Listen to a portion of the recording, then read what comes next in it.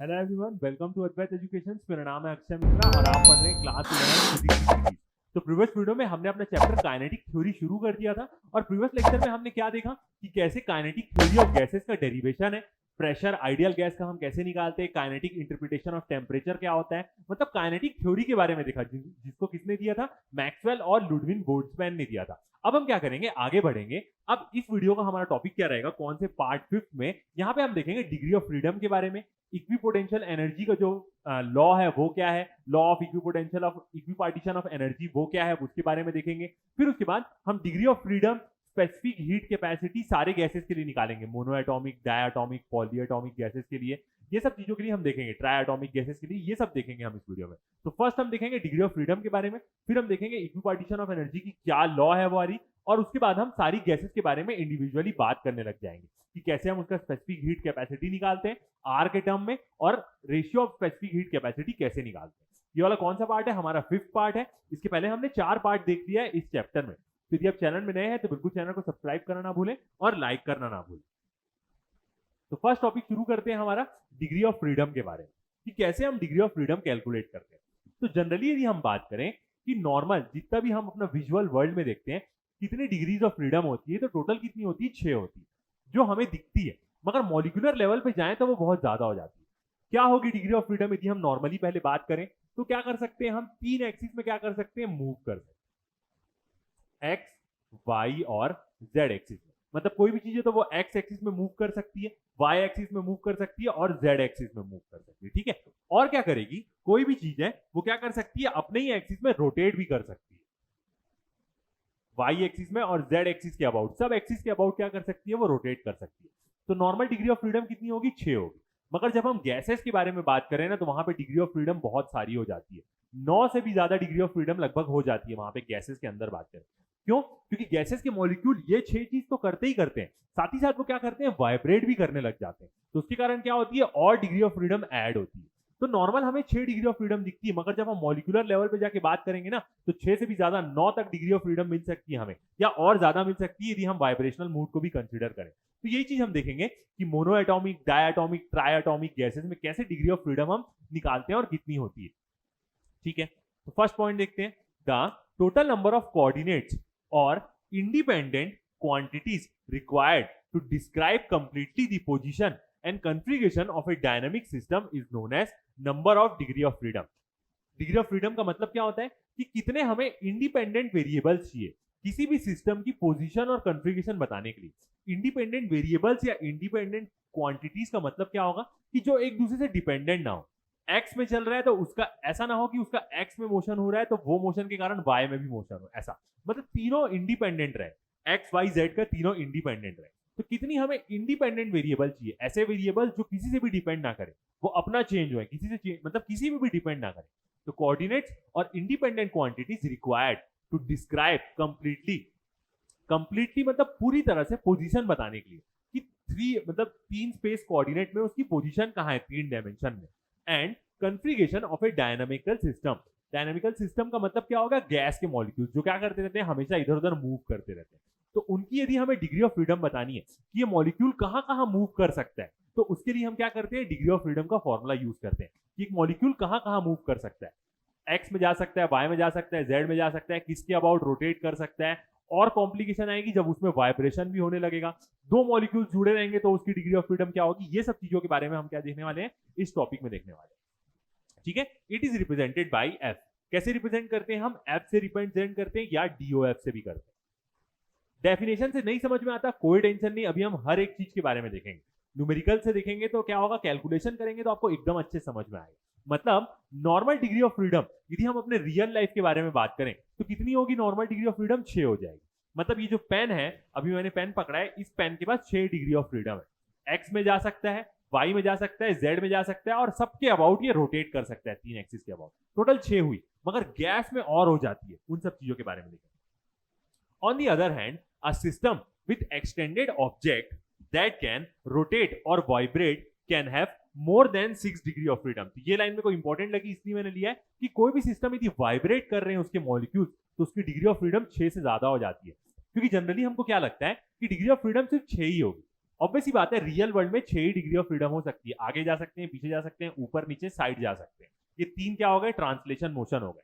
सब क्या about rotate कर लिए तो 3 रोटेशन मोशन हो गया, 6 हुई। मगर मॉलिक्यूलर लेवल में और ज्यादा हो जाती है वो, क्योंकि पार्टिकल्स ना वाइब्रेट करते हुए इधर उधर हिलते हैं, तो वो और ज्यादा डिग्री ऑफ फ्रीडम हो जाती है। ठीक है, आगे बढ़ते हैं। तो निकालेंगे कैसे, इस चीज के बारे में देखते हैं, और फॉर्मूला क्या होता है। तो आप फॉर्मूला देखेंगे तो आपको और अच्छे समझ में आएगा। तो सबसे पहली चीज क्या है, डेफिनेशन डिग्री ऑफ फ्रीडम का, कितने हमें इंडिपेंडेंट वेरिएबल्स चाहिए। इंडिपेंडेंट वेरिएबल्स मतलब ऐसी चीजें, ऐसे वेरिएबल्स जो एक दूसरे पे डिपेंडेंट नहीं है, वो अपना अपने हिसाब से चेंज होंगे, किसी पे डिपेंड नहीं करेंगे कि ये चेंज हो रहा है वेरिएबल तो इस वेरिएबल के कारण ये वेरिएबल चेंज हो रहा है, ऐसा नहीं होगा। सब वेरिएबल्स अपने हिसाब से चेंज होंगे। और कितने हमें वेरिएबल्स चाहिए किसी भी पार्टिकल की पर्टिकुलर पोजीशन बताने के लिए कि ये यहां पे है, यहां यहां मूव करेगा। ये होता है डिग्री ऑफ फ्रीडम का डेफिनेशन। ओके, तो देखते हैं हम इसके बारे में। तो यदि हम फॉर्मूला देखें, फॉर्मूले के बारे में बात करें कि क्या होगा डिग्री ऑफ फ्रीडम का फॉर्मूला, तो देखते हैं कैसे निकाल सकते हैं हम डिग्री ऑफ फ्रीडम, जिसको हम कैसे डिनोट कर सकते हैं, एफ से डिनोट करते हैं या कभी कभी डीओएफ से भी डिनोट करते हैं। तो इसका फॉर्मूला क्या होता है, 3n माइनस के। ये क्या होगा, इसका फॉर्मूला होगा। n क्या होगा, जो अभी तक हम पूरा डिनोट करते हैं वो है। n क्या बताता था, नंबर ऑफ मॉलिक्यूल्स बताता था, कितने मॉलिक्यूल्स है किसी गैस में, यही n बताता था। एन ए क्या बताता था, एवोगाड्रो नंबर, कि स्टैंडर्ड टेम्परेचर प्रेशर 22.4 लीटर जब उसका वॉल्यूम हो तब उसमें कितने मॉलिक्यूल्स है। तो एन जो बताता था अभी तक वो वही बताएगा, कितने नंबर ऑफ मॉलिक्यूल्स है। के क्या बताएगा कि उसमें रिस्ट्रिक्शंस क्या क्या है। यदि उसको रिस्ट्रिक्ट कर दिए, हम मान के चलते हैं एक दीवार से जोड़ दिए किसी भी चीज को, तो दीवार से जोड़ दिए तो उसकी एक डिग्री ऑफ फ्रीडम हम खत्म कर दिए, तो वो उसका एक रिस्ट्रिक्शन हो गया। जैसे एक एटम है, मोनो एटॉमिक गैस है, तो उसमें कोई रिस्ट्रिक्शन नहीं होगा, वो अपना घूम सकती है। यदि डायटॉमिक हो गई तो 2 मॉलिक्यूल्स आपस में जुड़ जाएंगे एक दूसरे से, तो एक रिस्ट्रिक्शन पैदा हुआ। ट्रायटॉमिक हुई तो 3 मॉलिक्यूल्स एक दूसरे से जुड़ जाएंगे, तो वो एक रिस्ट्रिक्शन हुआ। तो रिस्ट्रिक्शन का मतलब यदि n की वैल्यू है तो n बताएगा नंबर ऑफ मॉलिक्यूल्स, k बताएगा कि कंस्ट्रेन क्या है, कौन कौन सी चीजों में हम उसको फिक्स कर दे रहे हैं। जैसे किसी चीज को हम फिक्स कर दिए तो वो क्या हो जाती है, वो एक उसकी डिग्री ऑफ फ्रीडम कम कर देती है कि ये यहां से फिक्स हो गया है, अब जितना भी जहां भी हिल सकता है उतना हिलेगा, एक हिलना है तो उसका कम हो गया। ठीक है, तो यदि हम यहां पे n के बारे में बात करें तो n क्या बताएगा, number of particles in the system. Particles बोले या मॉलिक्यूल्स बोले, सही तरीके से तो हम उसको n को नंबर ऑफ मॉलिक्यूल्स ही लेंगे। तो कितने मॉलिक्यूल्स है, और पार्टिकल्स को हम क्या बोल सकते हैं, मॉलिक्यूल्स भी बोल सकते हैं। के के बारे में देखें तो के क्या बताता है, यहां पे के के बारे में देखें तो नंबर ऑफ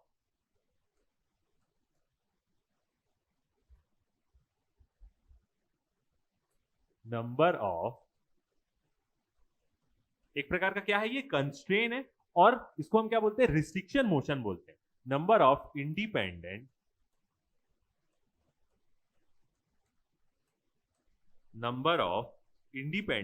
रिलेशंस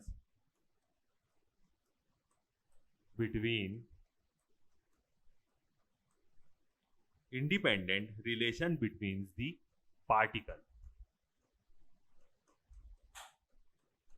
मतलब कितने पार्टिकल्स एक दूसरे से कनेक्टेड। और यदि हम एक और चीज बोले तो ये क्या बताता है, नंबर ऑफ कंस्ट्रेन। कंस्ट्रेन मतलब क्या क्या चीज रिस्ट्रिक्ट हो गई, नंबर ऑफ कंस्ट्रेंट्स, मतलब एक प्रकार से बोले तो रिस्ट्रिक्शन।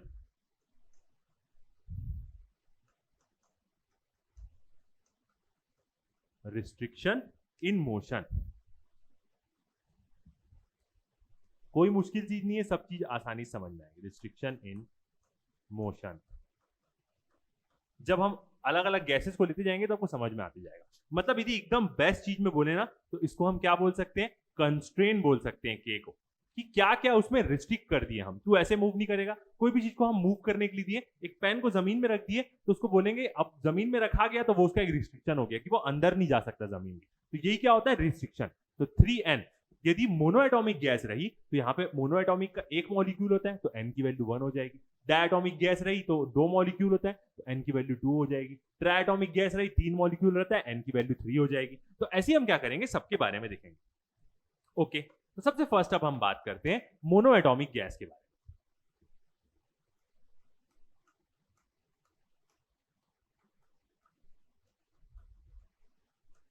क्योंकि ये बहुत इंपॉर्टेंट रहेगा यदि हम एनर्जीज के बारे में समझना चाहते हैं तो मॉलिक्यूलर लेवल।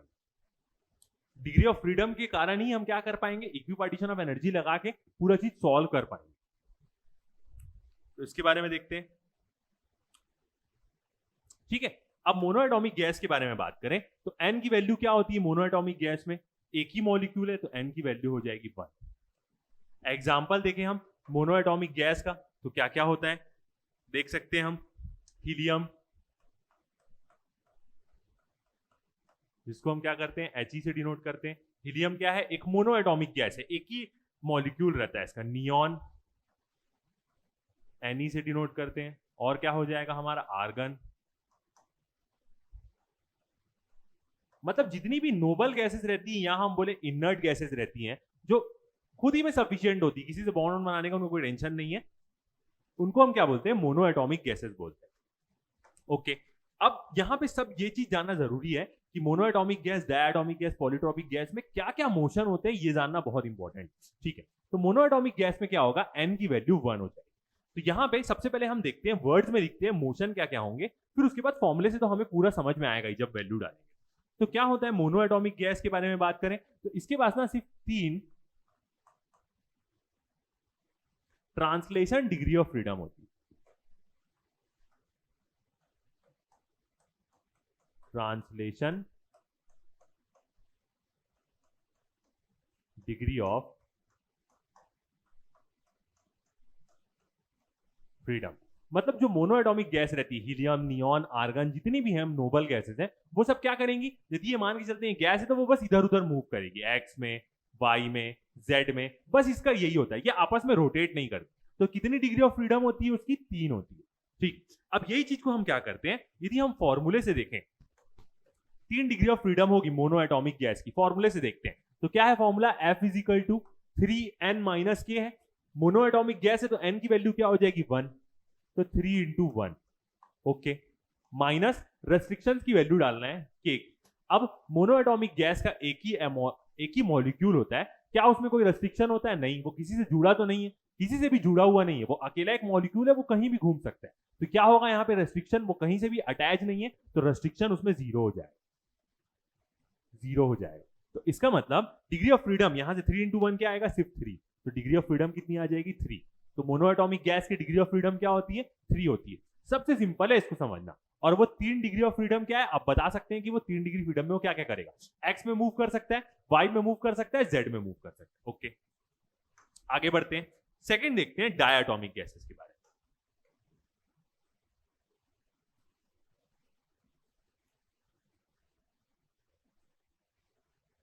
डायटॉमिक गैस के बारे में देखते हैं। ठीक है, अब डायटॉमिक गैस है तो इसका मतलब डायटॉमिक, इसका मतलब क्या है, 2 मॉलिक्यूल्स होंगे। तो n की वैल्यू क्या हो जाएगी, यहां पे n की वैल्यू 2 हो जाएगी। ओके, अब 2 मॉलिक्यूल्स हैं तो दोनों मॉलिक्यूल्स क्या होंगे, एक दूसरे से जुड़े होंगे, एक दूसरे से कनेक्टेड तो रहेंगे, तो वो एक रेस्ट्रिक्शन तो रहेगा कि वो एक दूसरे के साथ जुड़े। तो यहां पे जो k की वैल्यू है वो क्या हो जाएगी, 1 हो जाएगी, k की वैल्यू 1 हो जाएगी। ये एक इंपॉर्टेंट चीज है। ठीक है, अब क्या होते हैं मॉलिक्यूल्स ना 2 प्रकार के होते हैं, कैसे देखते हैं। एक होते हैं लीनियर मॉलिक्यूल, लीनियर मॉलिक्यूल्स, और दूसरा होता है नॉन लीनियर मॉलिक्यूल।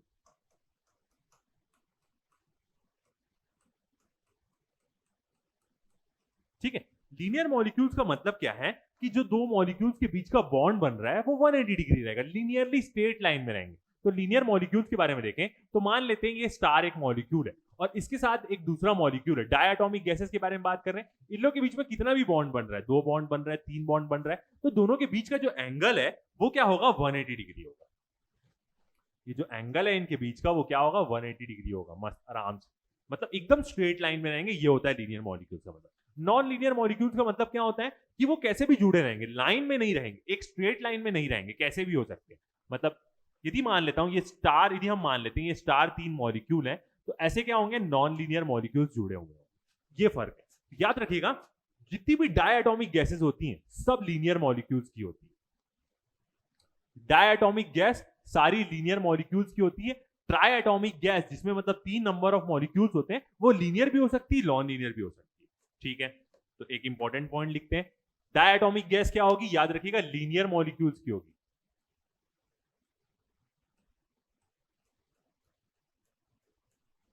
ये एक मोस्ट इंपॉर्टेंट पॉइंट है, याद रखिएगा।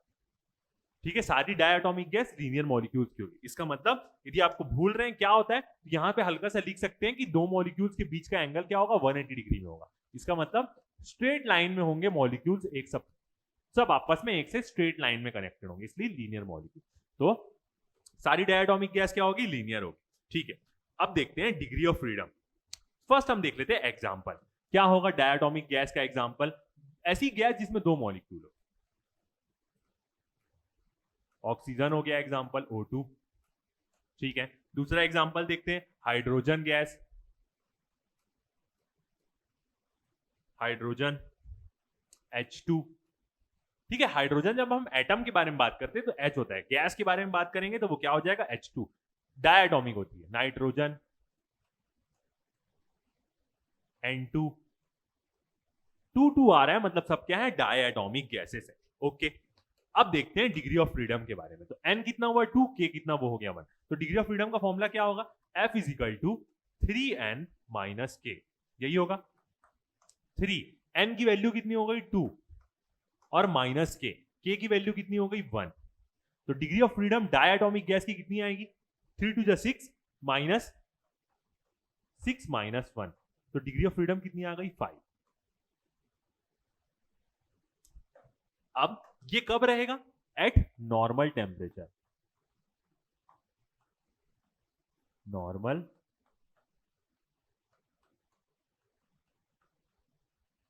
टेम्परेचर। और हमको अपनी स्टडी के हिसाब से इतना ही मान के चलना है, इसके आगे वाली बात हम हाई लेवल होने वाली है। ठीक है, बट उसको हम अपनी स्टडी में इंक्लूड नहीं करते, बट जानना बहुत जरूरी है क्योंकि उसी से आगे के सारे कंसेप्ट समझ में आते हैं। ठीक है, तो कितना हो जाए, डिग्री ऑफ फ्रीडम क्या हो गई 5 हो गई, किसकी, डायटोमिक गैस की। और यही चीज हम लेके चलेंगे अपने पूरे उसमें। ठीक है, अब यहां पे हमने क्या देखा, जब 5 डिग्री ऑफ फ्रीडम हो रही है तो इसका मतलब क्या क्या मोशन होंगे। तो डायटोमिक गैस जो लीनियर मॉलिक्यूल्स की होगी तो उसमें मोशन क्या क्या होंगे, 3 ट्रांसलेशन मोशन होगा, 3 ट्रांसलेशन एंड 2 रोटेशन होगा। 3 ट्रांसलेशन और 2 रोटेशन मोशन होते हैं। ऐसा क्यों, क्योंकि लीनियर मॉलिक्यूल्स में ना वो एक रोटेशन रोक देता है, एक एक्सिस के अबाउट रोटेट नहीं होने देता। ठीक है, तो 5 डिग्री ऑफ फ्रीडम आई, मतलब 3 ट्रांसलेशन, एक्स वाई जेड में वो मूव करेगा, एक्स में, वाई में, जेड में, और 2 एक्सिस के अबाउट रोटेट करेगा। लीनियर मॉलिक्यूल एक ट्रांसलेशन रोक देता है, तो डिग्री ऑफ फ्रीडम आ गई 5। मगर ये सब कैसे गैसेस के बारे में, नॉर्मल टेम्परेचर में। यदि टेम्परेचर इंक्रीज हुआ, हाई टेम्परेचर की बात की तो मॉलिक्यूल्स क्या होने लग जाते हैं, वाइब्रेट भी होने लग जाते हैं। याद रखिएगा, मोनोएटॉमिक गैस में कोई टेंशन नहीं, डायटोमिक गैस में एक चीज आती है, यदि मॉलिक्यूल्स हाई टेम्परेचर में गए तो वो वाइब्रेट होने लग जाएंगे, और क्या होगा, एक वाइब्रेशन की डिग्री ऑफ फ्रीडम भी यहां पे क्या हो जाएगी, ऐड हो जाएगी। तो मतलब हम यहां पे क्या बोल सकते हैं कि एक वाइब्रेशन मूड ऐड हो जाएगा। अभी इसमें क्या है, वाइब्रेशन हम कंसीडर नहीं कर रहे, मगर हम कंसीडर करेंगे तो प्लस क्या आता है, वाइब्रेशन, वाइब्रेशन आता है। इसका एक एग्जांपल ये है, कार्बन मोनोऑक्साइड। कार्बन मोनोऑक्साइड एक डायटोमिक गैस है, एक कार्बन एक ऑक्सीजन, दो मॉलिक्यूल इनसे मिलकर बनी है। मगर कार्बन मोनोऑक्साइड ना रूम टेम्परेचर में भी उसके मॉलिक्यूल्स वाइब्रेट करते हैं। ठीक है, तो सारी गैसेस का नहीं होता, बट कुछ गैसेस में वाइब्रेशन मूड भी आता है। तो उसके कारण क्या होता है, वाइब्रेशन, एक वाइब्रेशन मूड आया तो वो 2 डिग्री ऑफ फ्रीडम देगा। ये बहुत इंपॉर्टेंट चीज है, इसको हम लेंगे। एक वाइब्रेशन मूड क्या करता है ना, दो मॉलिक्यूल्स जुड़े हुए हैं तो वो ऐसे उनको वाइब्रेट कराएगा। तो एक तो काइनेटिक एनर्जी भी होगी उनमें, और दूसरी क्या होगी, जब वो आपस में ऐसे स्प्रिंग टाइप एक्शन करेंगे तो उससे क्या होगी, पोटेंशियल एनर्जी भी मिलेगी। तो एक वाइब्रेशन मूड यदि एनर्जी वाइज बोले ना तो वो 2 डिग्री की एनर्जी कॉन्ट्रीब्यूट करता है वो। ठीक है, अब यदि हम देखें नॉर्मल मॉलिक्यूल्स नहीं वाइब्रेट करेंगे, मगर कार्बन मोनोऑक्साइड की बात करें तो रूम टेम्परेचर में भी वाइब्रेट करेगा। तो जब वाइब्रेशन मूड आ जाएगा ना, तो एक वाइब्रेशन मूड के कारण क्या होगा, 2 डिग्री ऑफ फ्रीडम ऐड होगी, प्लस 2 DOF ऐड हो जाएगी। तो ओरिजिनल डिग्री ऑफ फ्रीडम क्या हो जाएगी, हाई टेम्परेचर में बोले या कुछ एक पर्टिकुलर गैसेस की original degree of freedom F हो जाएगी, यहां पे 2 ऐड हो गई 5 में, तो कितना हो गया 7। ये 7 डिग्री ऑफ फ्रीडम हो जाएगी, मगर कब, एट हाई टेम्परेचर।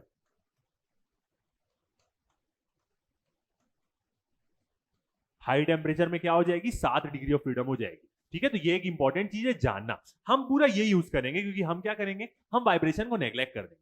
मगर कार्बन मोनोऑक्साइड एक ऐसा होता है जो रूम टेम्परेचर में भी वाइब्रेट करता है, तो एक वाइब्रेशन मूड क्या करेगा ना, 2 डिग्री ऑफ फ्रीडम दे देगा, एक एनर्जी के फॉर्म में भी देगा, वो हाफ केवीटी और हाफ केवीटी 2 देता है, वो वही देखेंगे हम इक्विपार्टीशन ऑफ एनर्जी में। तो एक vibration mood 2 degree of freedom बढ़ा देता है, तो इसलिए ना टोटल 7 डिग्री ऑफ फ्रीडम हो जाएगी। मगर ये कब होगी, नॉर्मल ऑक्सीजन की बात करें, नाइट्रोजन की, तो हाई टेम्परेचर में। ऐसा क्यों, क्योंकि oxygen, nitrogen, hydrogen normally atmosphere में रहते हैं, तो उनको कोई टेंशन नहीं होता। मगर जब वो हाई टेम्परेचर में जाते हैं तो वो वाइब्रेट भी होने लग जाते हैं, तो डिग्री ऑफ फ्रीडम हो जाती है 7। हम क्या यूज करेंगे, हम ये यूज करेंगे, वाइब्रेशन इग्नोर कर देंगे। बट ये जानना क्या है, आपके लिए जरूरी है, याद रखिएगा। जब हाई टेम्परेचर में जाएगी डायटोमिक गैस, तो 3 ट्रांसलेशन, 2 रोटेशन होगा और एक वाइब्रेशन मूड आ जाएगा उनमें। एक vibration mood 2 degree of freedom बढ़ाएगा, तो टोटल कितनी हो जाएगी, 7 डिग्री ऑफ फ्रीडम हो जाएगी। ओके, तो ये था पूरा डायटोमिक के बारे में।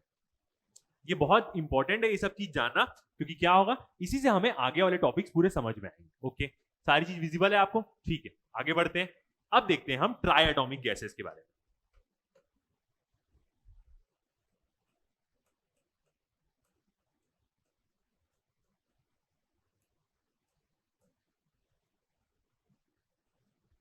ट्राइएटॉमिक गैस, ठीक है। अब ट्राइएटॉमिक गैस हुई, तो इसका मतलब क्या होगा, पहला 3 मॉलिक्यूल है, तो n की वैल्यू क्या हो जाएगी, 3 हो जाएगी। ट्राइएटॉमिक 3 मॉलिक्यूल्स हैं इसमें, तो n की वैल्यू 3 हो गई। कंस्ट्रेंट हम देखेंगे, ठीक है।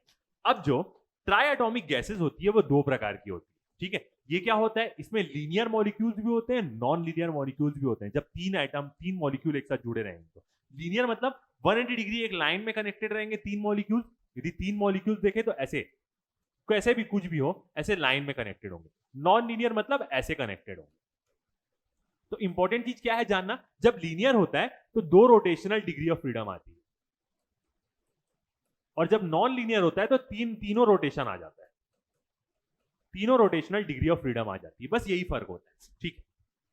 अब हम देखते हैं, तो जो डायटोमिक गैस है, जितने भी 2 मॉलिक्यूल जुड़ के बनते हैं वो सब लीनियर रहते हैं।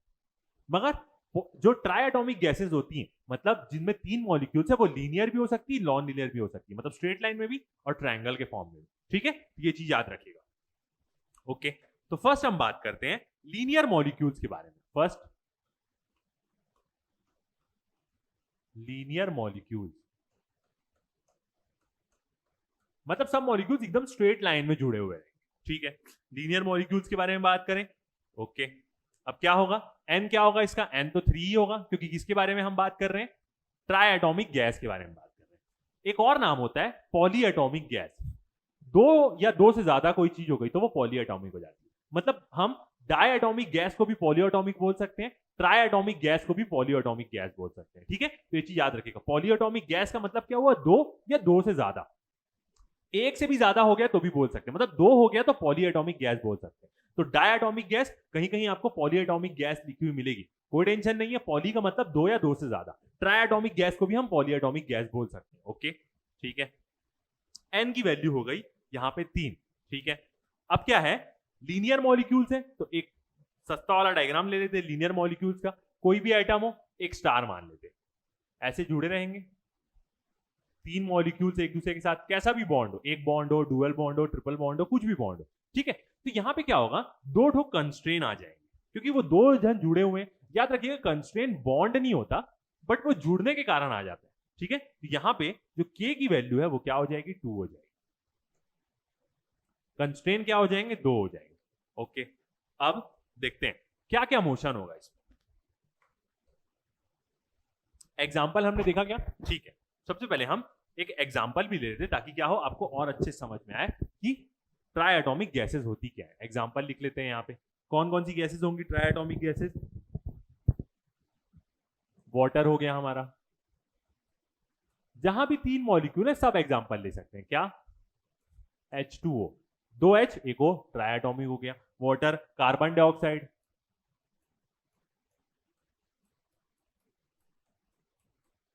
कार्बन डाइऑक्साइड क्या होता है फॉर्मूला? CO2। और ओजोन हो गया। ओजोन लेयर कहां होती है हमारी? एटमॉस्फेयर में होती है, अल्ट्रावायलेट से बचाती है हमें सन की। ओजोन हो गया, कैसे? O3।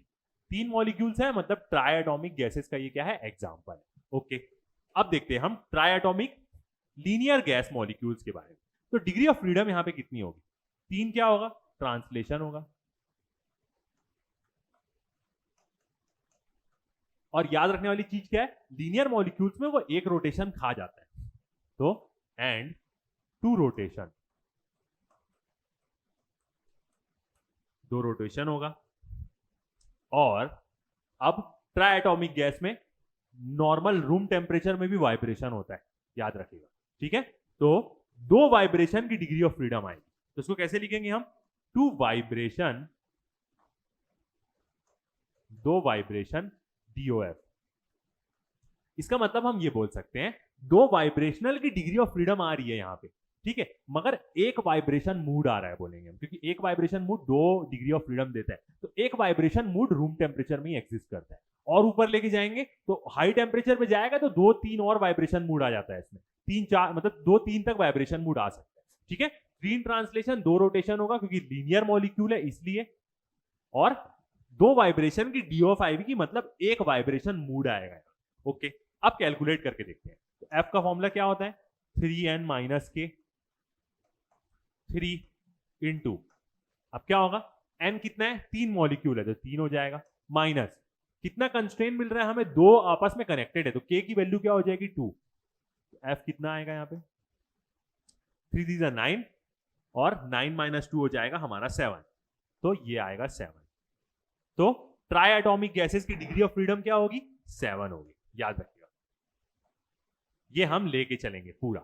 ये क्या हो जाएगा? इसमें 7 में हम एक वाइब्रेशनल मूड को कंसीडर कर दे रहे हैं, एक वाइब्रेशनल मूड को कंसीडर कर रहे हैं, मतलब 2 डिग्री ऑफ फ्रीडम हम और ले रहे हैं। तो नॉर्मली हम अपनी कैलकुलेशन में क्या लेके चलेंगे? ट्राई एटॉमिक गैस की डिग्री ऑफ फ्रीडम क्या होती है? 7 होती है।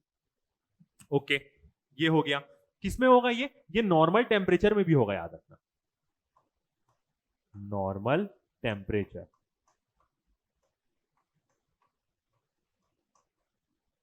क्योंकि क्या है, मॉलिक्यूल्स एक तो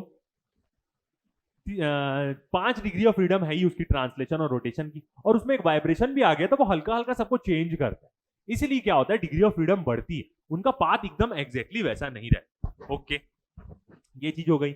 अब हाई टेम्परेचर में यदि गई ट्राई एटॉमिक गैस, ठीक है, यदि हाई टेम्परेचर में गई ट्राई एटॉमिक गैस तो उसमें 2-3 वाइब्रेशनल मूड और आ जाएंगे, मतलब डिग्री ऑफ फ्रीडम 9 जा सकती है, 13 जा सकती, मतलब टोटल 9 जाएगी। 9 जाएगी, इसका मतलब क्या होगा कि 3 वाइब्रेशनल मूड रहेंगे उसमें, ऐसा कैलकुलेट कर सकते हैं। मगर 13 भी जा सकती है यदि हम उसको फॉर्मूले से देखें, बहुत ज्यादा जा सकती है डिग्री ऑफ फ्रीडम, याद रखिएगा। एक मैं आपको चार्ट दिखा दूंगा, वो चार्ट से आप एक्जैक्टली कैलकुलेट कर सकते हैं। ठीक है, तो हम अपनी स्टडी में 7 लेंगे, मगर 7 से कहीं ज्यादा हो सकती है यदि try atomic gas high temperature में गई तो 7 से भी बहुत ज्यादा डिग्री ऑफ फ्रीडम हो जाएगी, 9 तक हो सकती है मैक्सिमम, और ज्यादा भी हो सकती है, इसमें 13-13 तक भी हो सकती है यदि मैंने जैसे कैलकुलेट किया था। ओके, तो ये हुआ हमारा किसके लिए? लीनियर मॉलिक्यूल्स के लिए हुआ ट्राई एटॉमिक गैस। अब देखते हैं नॉन लीनियर मॉलिक्यूल्स के लिए, क्योंकि ट्राई एटॉमिक गैस दोनों होती है, non linear molecules. Non linear molecules के बारे में देखें।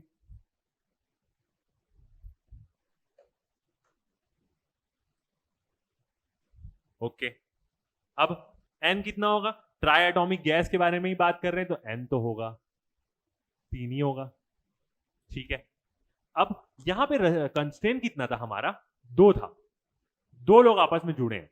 अब नॉन लीनियर गैस है तो वो स्ट्रेट लाइन में नहीं रहेगी, इसका मतलब यदि हम ऐसी बनाएं तो ये एक मॉलिक्यूल हो गया, ये एक मॉलिक्यूल हो गया, कैसा भी मॉलिक्यूल हो, कुछ भी बॉन्ड हो इनके बीच में, ऐसे टाइप का रहेगा।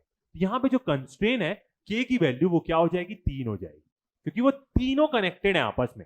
एक, दो, तीन, मतलब तीन चीज कनेक्टेड है। बॉन्ड नहीं बोलते हैं यहाँ पे, बस वो कनेक्शन बोलते हैं उनका। तो के की वैल्यू क्या हो जाएगी, 3 हो जाएगी। और एक और चीज ये भी है कि यहां पे यदि हम मोशन के बारे में बात करें तो नॉन लीनियर मॉलिक्यूल्स ना तीनों एक्सिस में रोटेट कर सकते हैं। जैसे लीनियर मॉलिक्यूल्स में एक रोटेशन खत्म हो जा रहा था, नॉन लीनियर मॉलिक्यूल्स में कोई टेंशन नहीं, वो तीनों एक्सिस के अबाउट रोटेट कर सकते हैं। इसका मतलब 3 ट्रांसलेशन भी होगा यहाँ पे। ट्रांसलेशन का मतलब सीधा चलना, स्ट्रेट लाइन में मूव करना है एक्स वाई जेड में, तो 3 हो गया। एंड 3 रोटेशन भी होगा। तो जो नॉन लीनियर मॉलिक्यूल्स होते हैं वो तीनों जगह घूमते हैं, तीनों एक्सिस में घूम जाते हैं, एक्स वाई जेड। तो लीनियर मॉलिक्यूल्स का क्या था एक इंपॉर्टेंट चीज कि वो क्या करता है, एक लीनियर मॉलिक्यूल्स क्या करते हैं, सिर्फ 2 ही रोटेशन रहता है। और डायटोमिक गैस पूरी लीनियर मॉलिक्यूल्स की होती है, इसलिए हम यहां पे क्या लेते हैं, 2 रोटेशन लेते हैं। ठीक है, तो ये एक इंपॉर्टेंट चीज है हमेशा याद रखने के लिए। Okay, linear, non linear, okay, 3 rotation और 3 ट्रांसलेशन। तो इसके बारे में देखते हैं हम। अब डिग्री ऑफ फ्रीडम कैलकुलेट करते हैं। एफ इजिकल टू क्या हो जाएगा, 3n माइनस के। ठीक है, 3 नंबर ऑफ मॉलिक्यूल्स कितने हैं, ट्राइएटॉमिक गैस है तो 3, माइनस के रेस्ट्रिक्शंस कितने हो गए, 3 हो गए।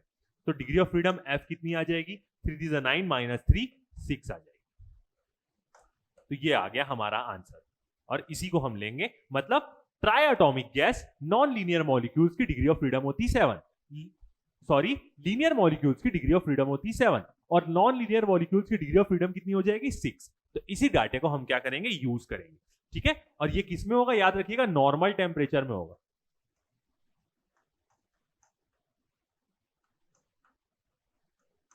हाई टेम्परेचर गया तो इतना खतरनाक डिग्री ऑफ फ्रीडम आएगा कि सबको टेंशन हो जाएगा, मतलब बहुत सारे वाइब्रेशनल मूड आ जाएंगे इसमें, तो डिग्री ऑफ फ्रीडम बहुत ज्यादा बढ़ जाएगी हाई टेम्परेचर। ठीक है, ये हो गया। अब एक हम चार्ट देखते हैं। वो चार्ट से क्या होगा, आपको एकदम जबरदस्त आइडिया हो सकता है यदि आप निकालना चाहें तो हाई लेवल के लिए, जिसको आपको बहुत अच्छे से आइडिया होगा। ठीक है, ये चार्ट में देखते हैं, सारी वैल्यूज आपको दिख रही होगी। ओके, इसमें क्या दिया हुआ है, सबके बारे में हमें डाटा दिया हुआ है।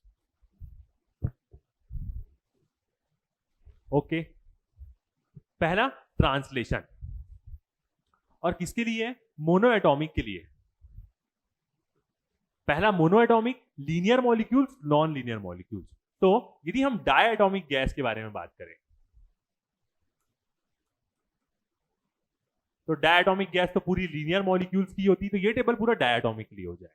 ट्राइएटॉमिक गैस के बारे में बात करें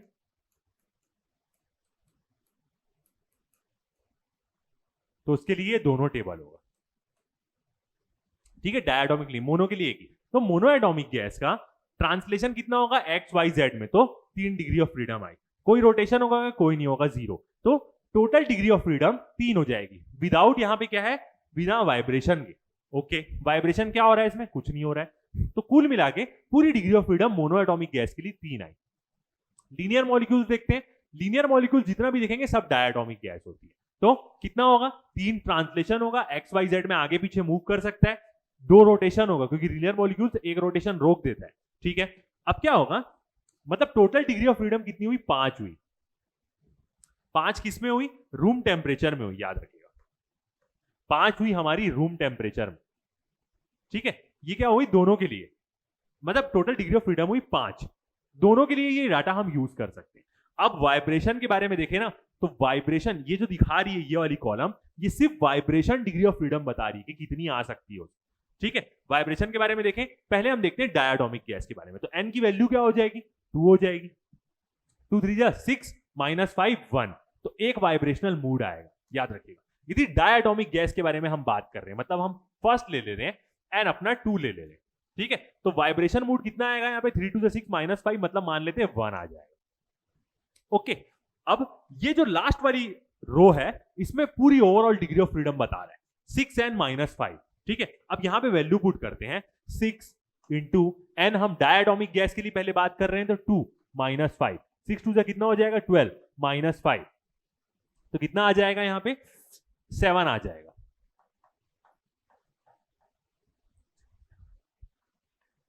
हाँ बिल्कुल 7 आ जाएगा। तो ये आ गई 7 total degree of freedom diatomic gas के लिए, जो अभी हमने देखा हाई टेम्परेचर के लिए।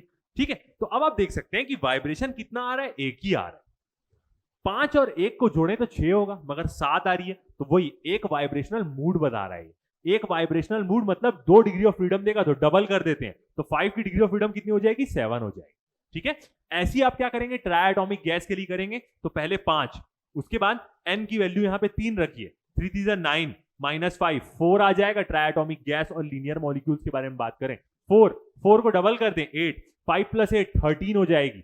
मतलब try atomic gas linear molecule से तो उसकी 13 डिग्री ऑफ फ्रीडम आ जाएगी, इतनी सारी कि हम बता भी नहीं सकते। ऐसा यहां पे करेंगे तो सेम वही चीज। तो आपको डाटा समझ में आ रहा है क्या करना है, ये जो वाइब्रेशनल मूड की डिग्री ऑफ फ्रीडम है इसको इस डाटा से ऐड करना है। ये एकदम हाई लेवल है, इतना आपको जरूरत नहीं पड़ेगा, बट आपको पता होना चाहिए कि यदि आप कोई भी एग्जैक्ट डिग्री ऑफ फ्रीडम निकालनी है कि कितनी हो रही है, कितने वाइब्रेशनल मूड होते हैं मैक्सिमम, तो आप इस चार्ट से पूरा क्या कर सकते हैं, निकाल सकते हैं।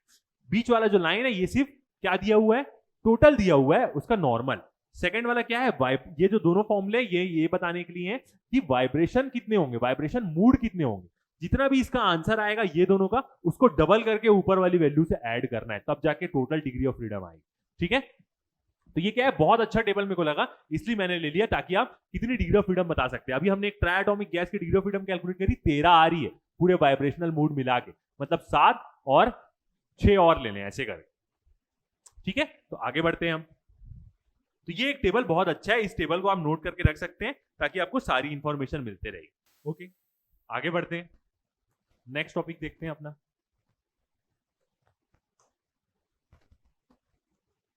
Law of equipartition of energy क्या बोलती है, लॉ देखते हैं। एकदम सिंपल शब्दों में बोले तो ये लॉ बोलती है कि हर एक डिग्री ऑफ फ्रीडम के साथ 1/2 kBT एनर्जी क्या रहेगी, एसोसिएटेड रहेगी। मतलब जितनी डिग्री ऑफ फ्रीडम हुई उससे आप क्या कर दीजिए, उसको प्लस कर दीजिए हर एक डिग्री ऑफ फ्रीडम के साथ। देखते हैं law of equipartition of energy. It states that, क्या बोलती है, for a dynamic system, dynamic system मतलब गैस का सिस्टम, सब इधर उधर मॉलिक्यूल्स मूव कर रहे हैं। ठीक है, in thermal equilibrium, thermal equilibrium का मतलब कि जो गैस का टेम्परेचर है और वातावरण का टेम्परेचर है दोनों लगभग सेम रहे, मतलब रूम टेम्परेचर में गैस रहे, हम ऐसा बोल सकते हैं। रूम टेम्परेचर का मतलब भी ये नहीं है कि वो गैस ठंडी रहेगी, रूम टेम्परेचर भी बहुत होता है, क्योंकि हमने लोएस्ट टेम्परेचर देखा है -273 केल्विन होता है, मतलब -273 डिग्री सेल्सियस होता है, मतलब 0 केल्विन। तो थर्मल इक्विलिब्रियम का मतलब ये है कि एकदम ज्यादा भी गर्म ना हो, रूम टेम्परेचर में ही रहे। रूम टेम्परेचर भी 23, तो भी गैस के लिए 23 मॉलिक्यूल्स उसके बहुत इधर उधर, बहुत एनर्जी रहेगी उनके पास। The total energy is distributed, जो टोटल एनर्जी रहेगी गैस की वो क्या रहेगी, डिस्ट्रीब्यूटेड रहेगी equally amongst all the degree of freedom. All the degree of freedom मतलब गैस की जो टोटल एनर्जी है वो बराबर बटे रहेगी सारी डिग्री ऑफ फ्रीडम में, and the energy associated with each molecules per degree of freedom is 1/2 kBT। मतलब हर मॉलिक्यूल्स की energy per degree of freedom, मतलब एक मॉलिक्यूल के पास 3 डिग्री ऑफ फ्रीडम है, तो इससे हम क्या कर देंगे, 3, तो इसी वैल्यू को 3 बार प्लस कर देंगे। मतलब एक मॉलिक्यूल की एक यदि डिग्री ऑफ फ्रीडम हुई तो उसकी एनर्जी होगी 1/2 kBT। 2 डिग्री ऑफ फ्रीडम हुई तो ऐड हो जाएगा 1/2 + 1/2 ऐड हो जाएगा kBT, मतलब सिर्फ kBT हो जाएगी। तो यही बोलती है law of equipartition of energy, कि हर मॉलिक्यूल की पर डिग्री ऑफ फ्रीडम, मतलब 1 डिग्री ऑफ फ्रीडम भी रही उसकी, तो उसकी एनर्जी होगी 1/2 kBT। ठीक है, देखते हैं आगे बढ़ते हैं, इसको हम प्रूफ करते हैं कि कैसे आता है। एकदम सिंपल सा ही प्रूफ है, और हमने काइनेटिक इंटरप्रिटेशन ऑफ टेम्परेचर देखा है, वो भी क्या होगा, हल्का सा यहाँ पे यूज होगा। तो सबसे पहले हम देखते हैं, और एक और चीज यहां पे हम वैल्यूज देख लेते हैं, केबी और टी की। वैसे तो हमने बहुत बार ये चीज नोट कर ली है, मगर केबी क्या होता है यहाँ पे, Boltzmann constant. Boltzmann constant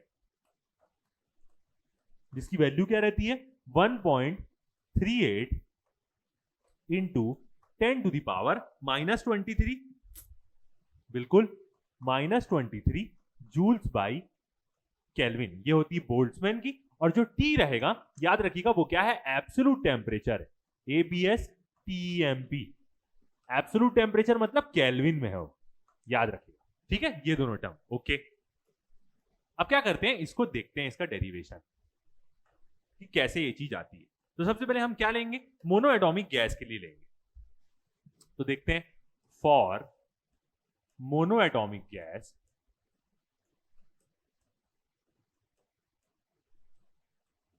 for mono atomic gas किसमें रहेगी वो, in thermal equilibrium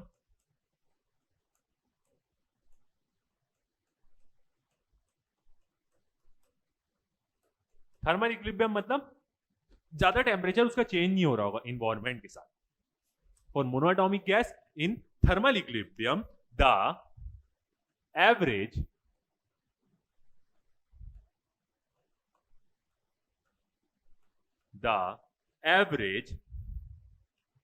value of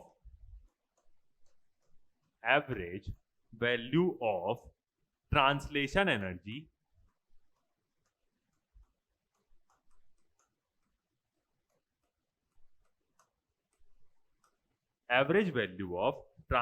energy of the molecule is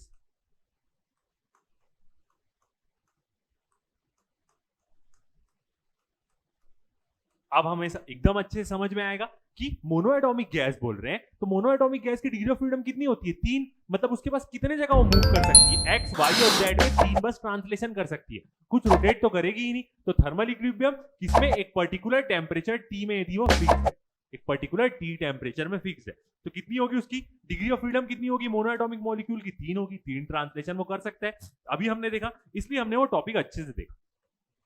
तो क्या हो जाएगी इसकी एवरेज ट्रांसलेशन एनर्जी या एवरेज वैल्यू ऑफ एनर्जी क्या हो जाएगी, यहाँ पे ईटी बोलते हैं, क्योंकि क्या है सारी translation energy mono atomic gas, सारी ट्रांसलेशन एनर्जी है। तो कितना डिग्री ऑफ फ्रीडम है इसका, 3 डिग्री ऑफ फ्रीडम है, मतलब 3 ठोक 1/2 kBT प्लस हो गया। ओके, तो एवरेज एनर्जी देखते हैं हम पहले, सबसे पहले हम देखते हैं कि इसकी एवरेज एनर्जी क्या हो। तो क्या हुआ 1/2 m Vx का स्क्वायर, ये क्या है उसकी x डायरेक्शन की kinetic energy, plus 1/2 m Vy का स्क्वायर, 1/2 m Vz का स्क्वायर, तीनों ट्रांसलेशन मोशन की काइनेटिक एनर्जी, क्योंकि जो भी मोशन कर रहा है वो एनर्जी ही होगी, ट्रांस मतलब काइनेटिक एनर्जी ही होगी उसकी। तो ये क्या हो जाएगी, एवरेज वैल्यू हो जाएगी ट्रांसलेशन एनर्जी। ओके, अब हम देखते हैं, हमने प्रीवियस क्लास में क्या किया है, डेरिवेशन किया है काइनेटिक इंटरप्रिटेशन ऑफ टेम्परेचर। तो यदि हम यहां पे देखें, फ्रॉम काइनेटिक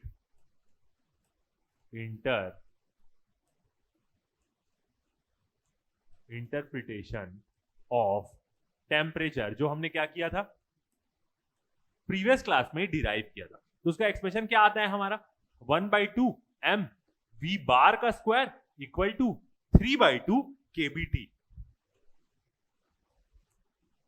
3/2 kBT। ओके, अब यदि हम यहां पे ये V बार के बारे में बात करें तो ये V बार क्या होता था, Vx square plus Vy square plus Vz square ही होता था, यही चीज हमने वहां पे ली थी। तो आप देख सकते हैं तीनों के ऐड करेंगे तो क्या होगा, 1/2 प्लस 1/2 प्लस 1/2 करेंगे तो 3/2 ही आएगा। 2 एलसीएम ले लेते हैं, ऊपर 1 1 1 प्लस होके 3 हो जाएगा, तो इतनी एनर्जी रहेगी इसके पास। इसका मतलब कि हर एक के साथ half KBT half KBT half KBT हर एक डिग्री ऑफ फ्रीडम के साथ होगी, तभी 3 मिलके क्या हो जाएगा, केबीटी आ जाएगा। ठीक है, तो आगे बढ़ते हैं। अब यहां पे क्या होगा, कोई प्रिफर्ड डायरेक्शन नहीं है, मतलब कैसे भी मूव करना है, कोई भी प्रिफरेबल डायरेक्शन नहीं है, तो हम यहां से क्या लिख सकते हैं कि हर एक के साथ क्या होगी, इसी को यदि हम 3 हिस्से में डिवाइड कर दें ना, 3/2 को, तो 1/2 1/2 1/2 आएगा। तो यहां से हम क्या बोल सकते हैं कि जो हाफ m Vx का स्क्वायर है वो किसके बराबर हो जाएगा हमारा, 1/2 kBT के। ओके, एक चीज ये बोल सकते हैं। दूसरा, हाफ m Vy स्क्वायर वो भी किसके बराबर हो जाएगा, हाफ kBT के। और एक और टर्म ले लेते हैं z वाले के लिए भी, तो z वाले के लिए क्या हो जाएगा, हाफ m Vz स्क्वायर वो भी किसके बराबर हो जाएगा, 1/2 kBT। तो देख रहे हैं हर एक डिग्री ऑफ फ्रीडम के साथ कितनी एनर्जी एसोसिएटेड है, हाफ kBT। तीनों को जोड़ेंगे तो 3/2 kBT ही आए। ठीक है, तो यहां से हम क्या बोल सकते हैं, यही क्या है, हमारी इक्वी पार्टीशन ऑफ एनर्जी है। एक बार आप पूरे को नोट कर सकते हैं स्क्रीनशॉट लेके। आगे बढ़ते हैं, तो इसका मतलब जो ट्रांसलेशन एनर्जी का फॉर्मूला है, मतलब मोनो एटॉमिक गैस के लिए हम बात करें तो उसकी एनर्जी क्या होगी, सिर्फ ईटी होगी, क्योंकि 3 ही डिग्री ऑफ फ्रीडम होती है और तीनों ट्रांसलेशन की होती है। तो पूरी इक्वेशन लिखे तो हाफ m वी एक्स का square plus half M V Y का square plus half M V Z का स्क्वायर किसके बराबर होगा ये 1/2 के बी टी प्लस 1/2 बोल्ट्जमैन कांस्टेंट है के बी टी प्लस 1/2 के बी टी। तो टोटल क्या आ जाएगा? टोटल कितनी एनर्जी एसोसिएटेड रहेगी मोनो एटॉमिक गैस के साथ? 3/2 के बी टी। 1/2 प्लस करेंगे तो 3/2 ही आएगा। मतलब आप देख सकते हैं mono atomic gas 3 degree of freedom है उसकी, अभी हमने निकाला। 1 डिग्री ऑफ फ्रीडम के साथ 1/2 केबीटी एनर्जी एसोसिएटेड है, तो 3 इंटू हो गया, 3/2 केबीटी आ गई। ठीक है, तो यही बताती है क्या? Law of equipartition of energy. Okay, अब ये जो हमने एक्सप्रेशन निकाला, ये किसके लिए निकाला है? याद रखिएगा, ये हमने निकाला है मोनो एटॉमिक गैस के लिए।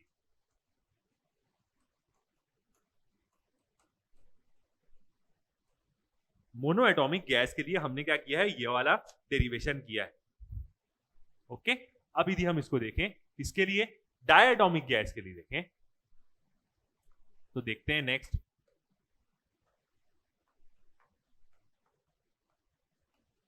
डायटॉमिक गैस के लिए देखते हैं कि उसकी कितनी एनर्जी होगी। ये तो टोटल एनर्जी हुई किसकी? मोनो एटॉमिक गैस की। डायटॉमिक गैस की यदि हम बात करें तो इसमें कितनी डिग्री ऑफ फ्रीडम होती है, क्या क्या होता है? और हमने क्या देखा है? याद रखिएगा, डायटॉमिक गैस क्या होती है? हमेशा लीनियर मॉलिक्यूल्स होते हैं।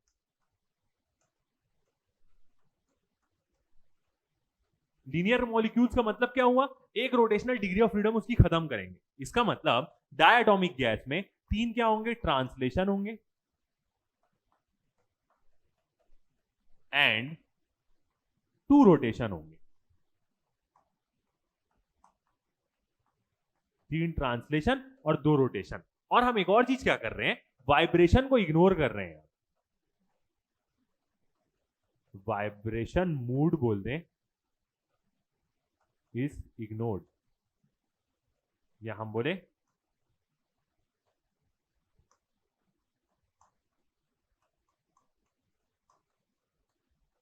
वाइब्रेशन को अभी नहीं ले रहे हैं। तो टोटल डिग्री ऑफ फ्रीडम कितनी हुई उसकी? 5 हुई। 3 ट्रांसलेशन और 2 रोटेशन, इसलिए हमने डिग्री ऑफ फ्रीडम को क्या किया? अच्छे से डिटेल में किया। तो यहां पे अब क्या हो जाएगी यदि हम इसकी टोटल एनर्जी की बात करें? टोटल एनर्जी,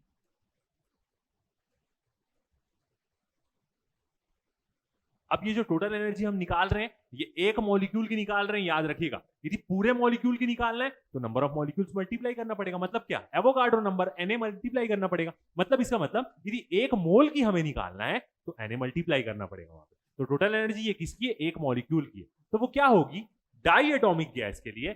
एक तो उसकी होगी ET ट्रांसलेशन एनर्जी, और दूसरी होगी उसकी ER। ER क्या? उसकी रोटेशनल एनर्जी। और हर एक डिग्री ऑफ फ्रीडम के साथ 1/2 केबी एसोसिएटेड रहेगा। इसका मतलब यदि हम यहां पे इसका एक्सप्रेशन देखें कि क्या होगा, इसकी एनर्जी, टोटल एनर्जी पूरी किसकी? डायटॉमिक गैस के लिए, तो कैसा एक्सप्रेशन बनेगा यहां पे?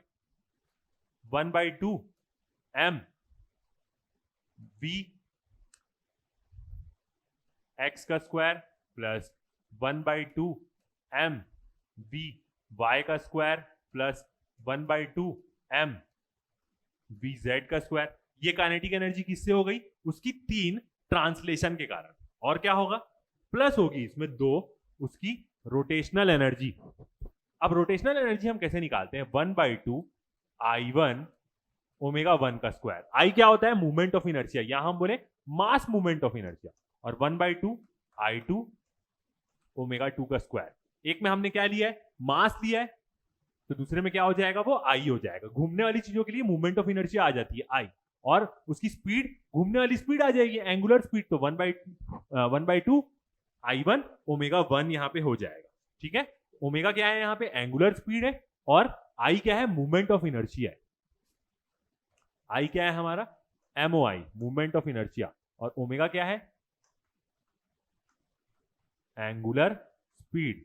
मूवमेंट ऑफ इनर्शिया भी बोलते हैं, या इसको आप मास मूवमेंट ऑफ इनर्शिया भी बोल सकते हैं, यदि आपको थोड़ा सा उसको मास के टर्म में लेना है। तो ये क्या हो जाएगी? टोटल उसकी एनर्जी हो जाएगी।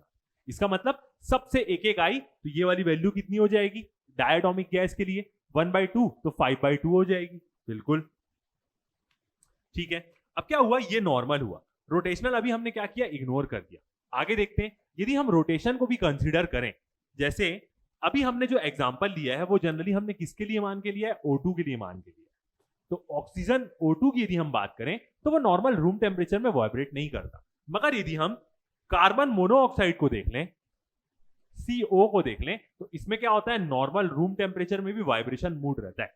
तो उसके कारण क्या होता है, वाइब्रेशन मूड के कारण क्या होती है, और एनर्जी आएगी। अब वाइब्रेशन मूड में 2 डिग्री ऑफ फ्रीडम है, 2 डिग्री ऑफ फ्रीडम वो ऐड करता है, तो 2 एनर्जी की टर्म और आएगी। देखते हैं, तो वाइब्रेशनल एनर्जी को हम कैसे निकालते हैं, E और V बोल सकते हैं, EV। अब इसको, इसका एक्सप्रेशन हम डिराइव नहीं करते हैं, सीधा देखते हैं 1/2 m, क्योंकि डिराइव करने की जरूरत नहीं है, ये इतना अंदर नहीं जाते। 1/2 dy dt का whole square plus 1/2 k y का होल स्क्वायर। ठीक है, अब यदि यहां पे ये k के बारे में बात करें तो ये k क्या होता है, कांस्टेंट होता है। कौन सा कांस्टेंट होता है, ये force constant, force constant of oscillation, force constant होता है ऑसिलेशन का। और y के बारे में बात करें तो y क्या होता है, वाइब्रेशन का एक कांस्टेंट होता है, वाइब्रेशनल कांस्टेंट। तो ये एक्सप्रेशन से बस हमें यही देखना रहता है, याद नहीं रखना रहता है इस एक्सप्रेशन को, बस यहां से ये देखना रहता है कि यहां पे आप देख रहे हैं कि वाइब्रेशनल एनर्जी, एक वाइब्रेशनल एनर्जी भी 2 एनर्जी की टर्म दे रही है। ठीक है, तो यही चीज यहां पे क्या रहती है, देखने लायक रहती है कि वाइब्रेशनल का एक मूड क्या देगा, 2 डिग्री ऑफ फ्रीडम देगा। मतलब ये इंपॉर्टेंट चीज है कि 2 टर्म आती है, यदि वाइब्रेशनल मूड आया तो वो 2 डिग्री ऑफ फ्रीडम क्या करेगी, ऐड करेगी एक वाइब्रेशनल मूड में। इसका मतलब यदि हम टोटल एनर्जी के बारे में बात करें,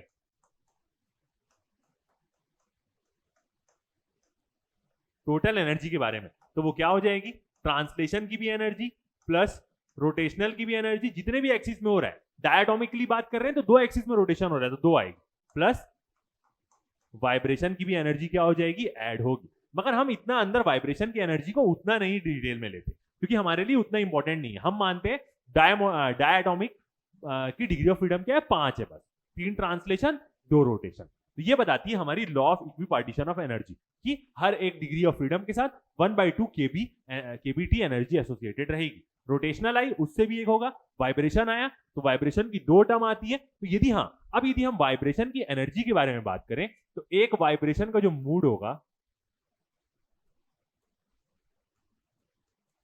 1 वाइब्रेशन मूड के बारे में बात करें तो वो 2 DOF देगा। ओके, यहां पे तो इसका मतलब जो 1/2 kBT है, एक DOF के साथ एसोसिएटेड थी, उसकी वैल्यू क्या हो जाएगी, 2 हो जाएगी। 2 कैंसल आउट हो जाएगा, मतलब वाइब्रेशन की एनर्जी कितनी होती है, kBT होती है। वाइब्रेशन की एनर्जी कितनी ऐड करेगा, यदि वाइब्रेशन हो रहा है मॉलिक्यूल्स में तो कितनी एनर्जी ऐड कर देगा, kBT एनर्जी ऐड करेगा, हाफ kBT ऐड नहीं करेगा। ओके, तो ये टर्म को हम क्या लेंगे, इंपॉर्टेंट लेंगे आगे जाके। ओके, अब नेक्स्ट टॉपिक देखते हैं हमारा स्पेसिफिक हीट कैपेसिटी के बारे में, क्योंकि यहीं पे क्या होगा, पूरी ये चीजें काम आएगी। स्पेसिफिक हीट कैपेसिटी हम निकालेंगे, क्या होती है उसकी वैल्यू, आर के टर्म में सीवी सीपी देखेंगे और गामा की value mono atomic, diatomic, triatomic और वाइब्रेशन कंसीडर करके भी एक बार देखेंगे। तो in this topic we will deal with the specific heat capacity of gases having different degree of freedom. Specific heat capacity निकालेंगे गैसेस की जिनकी डिग्री ऑफ फ्रीडम अलग अलग है, mono atomic, diatomic, triatomic. It can be calculated by applying law of equipartition of energy. तो हम सब में क्या करेंगे, इक्विपार्टीशन ऑफ एनर्जी को क्या करेंगे, इक्विपार्टीशन की एनर्जी की लॉ को लगाएंगे सब में, और हमें क्या मिल जाएगी, उसकी स्पेसिफिक हीट की वैल्यू मिल जाएगी। ओके, देखते हैं, तो एकदम डिटेल में शुरू करते हैं। फर्स्ट देखते हैं हम मोनो एटॉमिक गैस के बारे में। तो फर्स्ट टॉपिक आता है हमारा मोनो एटॉमिक गैस।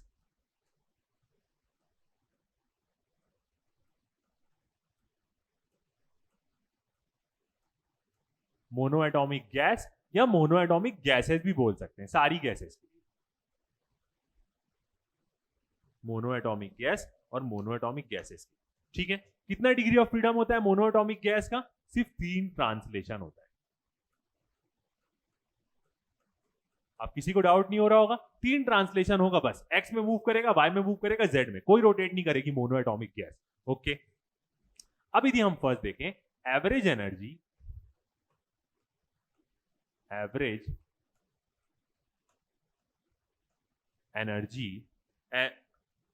पर एवरेज एनर्जी पर मॉलिक्यूल, एवरेज एनर्जी देखते हैं हम पर मॉलिक्यूल पर डिग्री ऑफ फ्रीडम ऑफ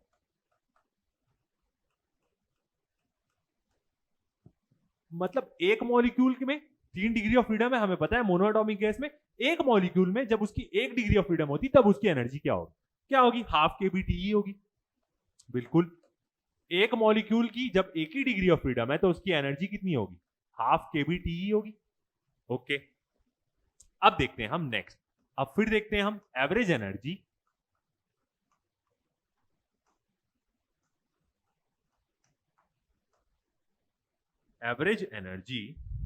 ठीक है, पर मॉलिक्यूल,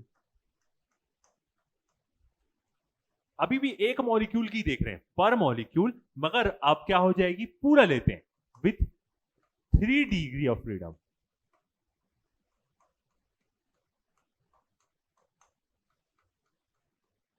अब हम तीनों डिग्री ऑफ फ्रीडम ले लेते हैं क्योंकि पता है उतनी ही होती है मोनो एटॉमिक गैस में, तो यहां पे क्या हो जाएगा, 3 मल्टीप्लाई हो जाएगा इसके साथ, तो क्या आएगा एक्सप्रेशन हमारा, 3 इंटू 1/2 kBT, तो कितना आ जाएगा हमारा एक्सप्रेशन, 3/2 kBT। क्यों ऐसा कर पा रहे हैं हम, सब में law of equipartition of energy लगा रहे हैं, तो वो चीज हम यहां पे लिख नहीं रहे कि using law of equipartition of energy, क्योंकि लगा ही रहे हैं उसको हम, और उसी से तो हमें पता चल रहा है कि 1 डिग्री ऑफ फ्रीडम, एक मॉलिक्यूल की 1 डिग्री ऑफ फ्रीडम रही तो 1/2 kBT एनर्जी होगी, तो ऐसा लिख नहीं रहे हम, बट ऐसा लिखते हैं कि according to law of equipartition of energy, कोई दिक्कत नहीं। ठीक है, अब देखते हैं हम, ये तो हुई एक मॉलिक्यूल की तीनों डिग्री ऑफ फ्रीडम हमने कंसीडर कर दी कि एक मॉलिक्यूल है मोनोएटॉमिक गैस का, वो आराम से घूम रहा है तीनों डायरेक्शन में। टोटल एनर्जी देखें, टोटल एनर्जी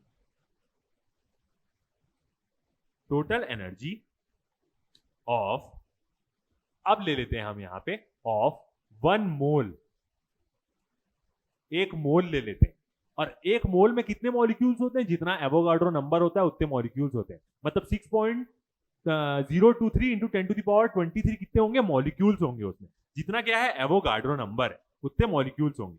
तो एक मोल के बारे में बात करें, total energy of 1 mole of monoatomic gas,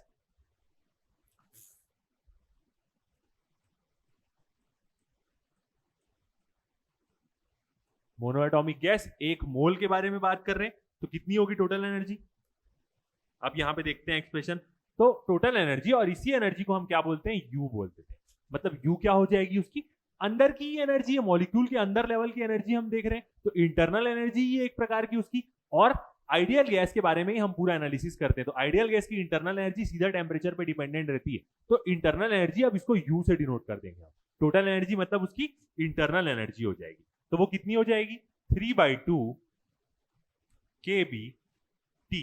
ये किसकी एनर्जी है, एक मॉलिक्यूल की, जब उसकी तीनों डिग्री ऑफ फ्रीडम हम ले रहे हैं तो उसकी एनर्जी। अब कितने नंबर ऑफ मॉलिक्यूल्स होंगे एक मोल में, एवोगाड्रो नंबर जितने मॉलिक्यूल्स होंगे, तो इसको हम क्या कर देंगे, मल्टीप्लाई कर देंगे, एक मॉलिक्यूल की एनर्जी इंटू मल्टीप्लाई कर देंगे नंबर ऑफ मॉलिक्यूल्स, तो टोटल एनर्जी निकल जाएगी गैस। ओके, ठीक है, अब देखते हैं हम आगे। ठीक है, तो ये जो kB है और Na है हम जानते हैं R बन जाएगा, तो U इज इक्वल टू क्या हो जाएगा, 3/2 RT, क्योंकि ऑब्वियस ही बात है R क्या है यहाँ पे, यूनिवर्सल गैस कांस्टेंट है, जिसकी यूनिट क्या होगी, जूल्स पर मोल केल्विन होगी, इसकी unit joules per mole kelvin होगी, यूनिवर्सल गैस कांस्टेंट। R की वैल्यू क्या हो जाएगी, kB Na। तो मोनोएटॉमिक गैस की इंटरनल एनर्जी कितनी हुई, टोटल इंटरनल एनर्जी क्या हुई, U is equal to 3/2 RT। ये क्या है, डेरिवेशन इंपॉर्टेंट है क्योंकि आपको ये हर बार पूछेगा, तो ये एक क्या आ गया, एक इंपॉर्टेंट टर्म आई कि जब भी आपसे पूछे कि मोनोएटॉमिक गैस की टोटल इंटरनल एनर्जी कितनी होगी, तो 3/2 क्या होगी, वो RT होगी। ओके, अब देखते हैं हम स्पेसिफिक हीट कैपेसिटी निकाल रहे हैं, उसके बारे में देखते हैं। स्पेसिफिक हीट कैपेसिटी का डेफिनेशन क्या होता है कि कितनी अमाउंट ऑफ हीट की जरूरत है किसी भी बॉडी का 1 डिग्री टेम्परेचर बढ़ाने के लिए, और स्पेसिफिक है इसका मतलब पर यूनिट मास, मतलब यदि ये पूरा बोर्ड है और इसका मैं एक यूनिट मास ले लेता हूं, ये वाला हिस्सा एक यूनिट मास में, अब मेरे को इस यूनिट मास में कितना हीट दूंगा ताकि इसका बस 1 डिग्री टेम्परेचर बढ़ जाए, कितने छोटे से अमाउंट ऑफ हीट दूंगा मैं, यही बोलती स्पेसिफिक हीट कैपेसिटी। पूरे बॉडी की होगी तो स्पेसिफिक हीट कि पूरे बॉडी में कितना अमाउंट ऑफ हीट दूंगा ताकि इसका बस 1 डिग्री टेम्परेचर बढ़ जाए, और यदि मैं इसके यूनिट मास के बारे में बात करूंगा तो इस यूनिट मास में कितना हीट दूंगा ताकि इसका 1 डिग्री टेम्परेचर बढ़ जाए। यहां पे भी हमें क्या करना है, स्पेसिफिक हीट निकालनी है, तो हम क्या करेंगे, छोटी सी इसको एनर्जी देंगे, और थोड़ी सी एनर्जी दिए तो उससे क्या होगा, पहले किस में देंगे हम, कांस्टेंट वॉल्यूम में देंगे, फिर कांस्टेंट प्रेशर में देंगे, तो दोनों की वैल्यू मिल जाएगी। ठीक है, तो स्पेसिफिक हीट का डेफिनेशन हम लगाते हैं यहाँ पे, स्मॉल अमाउंट ऑफ हीट देंगे 1 ग्राम मोल में, एक ही मोल में हम देंगे, तो मोल में दे रहे हैं हम, तो क्या होगा यहाँ पे, मोलार स्पेसिफिक हीट कैपेसिटी होगी। ठीक है, ओके, तो कितनी हीट देंगे हम, थोड़ी सी हीट देते हैं डी, छोटी सी इसको हीट देते हैं ताकि इसका थोड़ा सा 1 डिग्री बस टेम्परेचर बढ़े। तो डी इक्वल टू क्या होता है, पहले हम कांस्टेंट वॉल्यूम में देते हैं फिर प्रेशर में देंगे, तो डी इज इक्वल टू क्या हो जाएगा, म्यू सीवी dt हो जाएगा, बिल्कुल ये हो जाएगा म्यू सीवी dt। अब म्यू तो 1 है क्योंकि हम 1 मोल के ऊपर ही वर्क कर रहे हैं, तो डी इक्वल टू क्या हो जाएगा, सीवी dt हो जाएगा। अब यदि हम यहां से सीवी की वैल्यू देखें तो सीवी इक्वल टू कितना हो जाएगा, du बाई dt हो जाएगा, बिल्कुल c कितना हो जाएगा, cv du के नीचे dt आ जाएगा। ओके, अब क्या करते हैं, u की वैल्यू 3/2 RT यहां पे पुट कर देते हैं, तो क्या होगा ये d बाई dt ब्रैकेट में u की वैल्यू आ जाएगी, क्या है 3/2 RT, ये आ गया हमारा एक्सप्रेशन। ओके, अब क्या होगा, यहां पे सब कांस्टेंट है तो सब बाहर आ जाएगा, सब मतलब 3/2 और r बाहर आ जाएगा, d by D T of t क्या हो जाएगा, 1 हो जाएगा, d by D x of x क्या होता है, 1 होता है। ठीक है, तो ये t की वैल्यू क्या हो जाएगी, 3/2 r कांस्टेंट है बाहर, d by D T of t क्या हो जाएगा, 1, तो cv की वैल्यू कितनी आ जाएगी मोनो एटॉमिक गैस के लिए, 3/2 r। तो ये क्या है, इंपॉर्टेंट रिलेशन, मतलब आपको पूछे कि मोनो एटॉमिक गैस की specific heat capacity, molar specific heat capacity हम निकाल रहे हैं यहाँ पे, मोलार स्पेसिफिक हीट कैपेसिटी क्या होती है, तो आप बोलेंगे 3/2 r। ओके, अब क्या करते हैं हम, एक बार कांस्टेंट वॉल्यूम में उसको हीट दे दिए, अब कांस्टेंट प्रेशर में हीट देके देखते हैं, तो उसके लिए हम कौन सी इक्वेशन यूज करेंगे, अपनी मेयर्स इक्वेशन, जिसको हम क्या किए ऑलरेडी प्रीवियस चैप्टर में डिराइव किए, जो क्या होती है Mayer's equation, CP minus CV equal to R. याद रखिएगा ये जो आर है ये क्या है, यूनिवर्सल गैस कांस्टेंट है, मतलब जूल्स पर मोल केल्विन इसकी यूनिट है, क्योंकि मोलार स्पेसिफिक हीट है वो, इसलिए। अब यहां से यदि हम देखें तो यहां से यदि हम सीपी की वैल्यू निकालते हैं, अब इसको कांस्टेंट प्रेशर में हीट देंगे, इसका मतलब तो ये सीपी उधर जाके प्लस हो जाएगा, तो आर प्लस सीवी हो जाएगा। ओके, अब क्या करते हैं, यहां पे वैल्यू पुट कर देते हैं, आर प्लस सीवी कितना आया था हमारा 3/2 आर, तो सीपी कितना आ जाएगा हमारा 1 प्लस 3/2, नीचे 2 हो जाएगा, ऊपर 1 है, और 1 क्या हो जाएगा 3 से प्लस हो जाएगा, 2 आएगा ऊपर, इसके इसमें 2 जाएगा, तो 2 प्लस 3 5, तो क्या हो जाएगा 5/2 आर। तो ये मोनो एटॉमिक गैस की स्पेसिफिक हीट कांस्टेंट प्रेशर में, मोलार स्पेसिफिक हीट बोले सही तरीके से बोला जाए। ठीक है, ये क्या किया हमने, डिराइव कर दिया इसको। ओके, एकदम इजी है, और यूनिट्स हमेशा याद रखिए, क्योंकि यूनिट से ही क्या हो सकती है, आपको प्रॉब्लम हो सकती है। अब जो आर की यूनिट होगी वही इसकी यूनिट होगी, ऑब्वियस ही बात है, तो आर की यूनिट क्या होगी, जूल्स पर मोल केल्विन, तो जो आर की यूनिट हुई वही सीपी की भी यूनिट होगी, क्योंकि और कुछ तो चेंज नहीं हो रहा है, तो ये आ जाएगा हमारा 3/2 आर सीवी और 5/2 आर सीपी।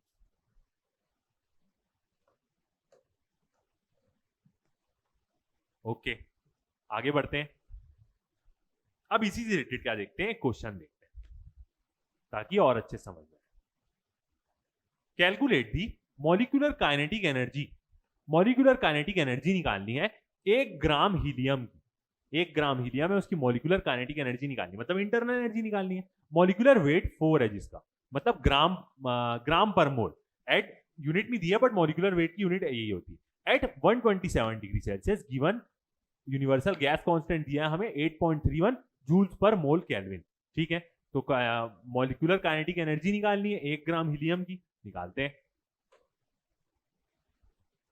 ठीक है, तो क्या क्या डाटा दिया है हमें देखते हैं। सबसे पहले गिवन वैल्यूज,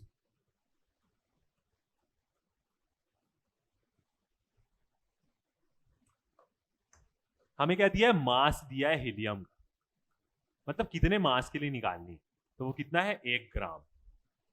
ओके, इसमें यूनिट्स का बहुत अच्छा रहेगा।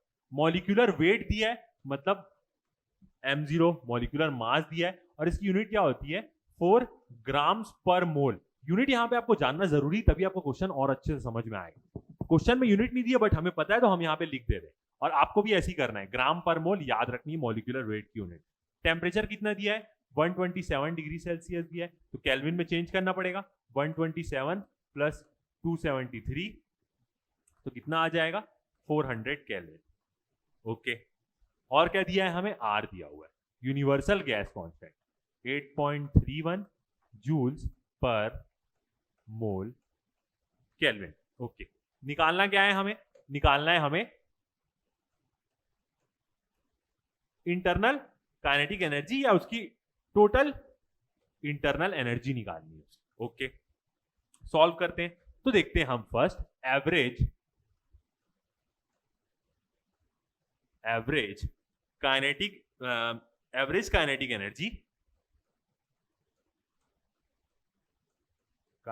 एनर्जी किसमें देखेंगे हम, पहले हमें फॉर्मूला किसमें पता है, हमें पता है पर मोल वाला, पर मोल ऑफ हीलियम। ठीक है, अब यहां से ये चीज जानना जरूरी है कि हीलियम क्या होगी हमारी, एक प्रकार से मोनो एटॉमिक गैस होगी। ठीक है, हीलियम क्या होगी, एक ही उसका एटम होता है हीलियम का, तो हीलियम क्या होगा मोनो एटॉमिक गैस होगा। तो इसका मतलब पर मोल इसकी एनर्जी कितनी होगी, U is equal to 3/2 RT। यही अभी हमने एक्सप्रेशन निकाला है। ओके, अब हमें 1 ग्राम हीलियम की एनर्जी निकालनी है, तो यहां से हम ना पहले इसकी यूनिट देखते हैं तो हमें समझ में आ जाएगा। यहां पे यूनिट क्या है, आर की यूनिट क्या होगी, जूल्स पर मोल केल्विन होगी। ओके, और इनटू में क्या है, टी भी है, तो टेम्परेचर का भी क्या आ जाएगा, ऊपर केल्विन आ जाएगा, तो केल्विन केल्विन कैंसल आउट हो जाएगा। तो इसकी जो, यदि हम इसमें आंसर वैल्यू डाल के आंसर निकाल देते हैं तो हमारा आंसर जूल्स पर मोल में आएगा। एनर्जी उसकी इंटरनल एनर्जी जूल्स पर मोल में आएगी, पर मोल, मगर हमें पर मोल के लिए नहीं, हमें 1 ग्राम के लिए निकालनी। तो जो मॉलिक्यूलर मास दिया है उसको यहां पे ऐसा मल्टीप्लाई करना है, एक तरीका ये है जिससे इसकी मोल की यूनिट कैंसल आउट हो जाए, मतलब उल्टा मल्टीप्लाई कर दें, नीचे मल्टीप्लाई कर दें, तो इसकी यूनिट क्या आएगी, नीचे ग्राम और ऊपर मोल आएगी, तो यूनिट एनर्जी की यूनिट क्या आ जाएगी, जूल्स पर ग्राम आ जाएगी। ऑब्वियसली बात है 1 ग्राम के लिए बोला है तो जूल्स आ गया आंसर हमारा। ठीक है, तो देखते हैं इसको। तो अब देखें हम, यदि एवरेज काइनेटिक एनर्जी, अब हम किसके लिए देखेंगे, ऑफ 1 ग्राम ऑफ हीलियम, तो क्या हो जाएगी यहां पे, इसकी वैल्यू क्या हो जाएगी 3/2 RT, और नीचे अब हम क्या रख देंगे, मॉलिक्यूलर वेट रख देंगे।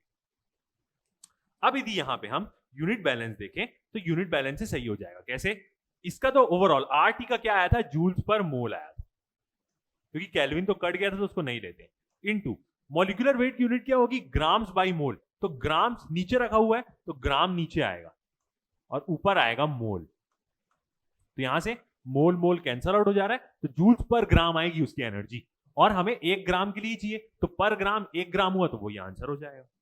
तो आप क्या कर सकते हैं, ऐसे यूनिट से देख सकते हैं कि हम जो निकाल रहे हैं वो सही क्यों निकाल रहे हैं, क्योंकि यही यहाँ पे मॉलिक्यूलर वेट दिया था। अब यहाँ पे वैल्यू पुट करेंगे तो कितनी वैल्यू है 3/2, आर की वैल्यू 8.31, टेम्परेचर दिया है 400 केल्विन, मॉलिक्यूलर वेट दिया है 4, तो कितना आएगा, इसको हम सॉल्व करेंगे तो 1246.5 जूल्स आ जाएगा हमारा आंसर। ये हो गया क्या हमारा आंसर। ठीक, तो ऐसे ही अब हम क्या करेंगे, एक हमने मोनो एटॉमिक गैस के लिए किया है, ऐसे ही अब हम डायटॉमिक, ट्राइएटॉमिक, फिर हम एक वाइब्रेशनल मूड को भी कंसीडर करके क्या करेंगे, सॉल्व करेंगे। तो इस वीडियो में इतना ही, नेक्स्ट वीडियो में आप बने रहिए हमारे साथ। नेक्स्ट वीडियो में हम देखेंगे डायटॉमिक के बारे में, ट्राइएटॉमिक के बारे में, और वाइब्रेशन मूड को भी कंसीडर करके हम डिग्री ऑफ फ्रीडम और सीपी और गामा की वैल्यू निकालेंगे। तो अभी तक के लिए इतना ही, थैंक यू।